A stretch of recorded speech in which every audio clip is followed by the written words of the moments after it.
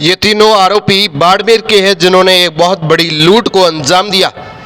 हुआ यूं कि जो बीच में बैठा है इसका नाम खेताराम है और ये अफ्रीका के कांगो में नौकरी करके आया।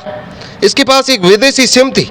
इसने यहाँ आकर एक विदेशी सिम से फ़ोन लगाया। जोधपुर के जो पैसे चेंज करता है डॉलर से रुपयों में, उसको फ़ोन लगाया कि कहा मैं कांगो से आया हूँ, मेरे पास डॉलर है 24,50,000 रुपये की रकम के, मुझे ये भारतीय मुद्रा में कन्वर्ट करने। तो जोधपुर का सुरेश बरासा जसवंत सराय निवासी वो ऐसा काम करता है चेंज करने का।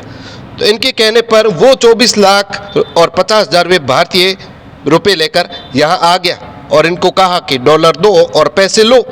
तो इन्होंने उसको उत्तरलाई ले आकर एक सुनसान जगह है बांद्रा रोड, वहाँ ले जाकर इससे पैसे ले लिए और उसको कहा कोई डॉलर नहीं है। उसने डॉलर मांगे तो उसे जान से मारने की धमकियां देकर भगा दिया और ये खुद आरोपी फरार हो गए।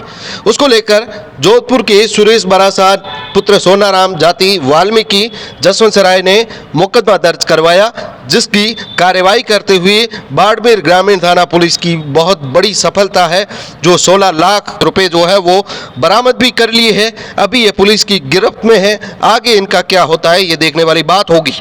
पुलिस ने तकनीकी संसाधनों की सहायता से मुलजिमान की जो है वो पहचान कर प्रकरण में खेताराम पुत्र बारूराम जाट निवासी बड़ाऊ, हरदेव पुत्र सुखराम जाट निवासी नांद पुलिस थाना ग्रामीण बाड़मेर व ओमाराम पुत्र रामाराम जाति जाट निवासी बड़ाऊ पुलिस थाना सदर बाड़मेर को दस्तयाब कर पूछताछ करने पर मुलजिमान द्वारा अपने व अन्य साथी उग्राराम पुत्र हनुमान राम जाट निवासी राजबेरा उंडू पुलिस थाना शिव के साथ में मिलकर उक्त वारदात को कारित करना स्वीकार किया और उसके बाद तीनों मुलजिमानों को गिरफ्तार कर प्राति से लूट की गई राशि में से 16 लाख रुपए जो है वो बरामद की गई। ये 2 मार्च की घटना है जिसमें परिवादी सुरेश बारासा जो कि जोधपुर के रहने वाले हैं, उनको यहाँ पर अभियुक्तगण ने इस नाम इसलिए बुलाया कि हमारे पास डॉलर्स है जो एक्सचेंज करवाने हैं, उसके बदले में पैसे लेने हैं। इसलिए उन्होंने डॉलर्स के हिसाब से 24.5 लाख रुपए वो अपने साथ जोधपुर से लेकर आए। यहाँ उनको उत्तरलाई बुलाया। उत्तरलाई बुलाकर 3 अभियुक्तगण ने रोड के पास साइड में सुनसान जगह पर लेकर गए। वहाँ ले जाकर उनके पास 24.5 लाख रुपए थे वो लूट लिए, उसके बदले में डॉलर्स नहीं दिए, जिस पर हमने मुकदमा दर्ज किया था। दर्ज करके अनुसंधान प्रारंभ किया था। अनुसंधान में जब हमारे सामने जो तथ्य आए उस हिसाब से हमने 3 लोगों को गिरफ्तार किया है।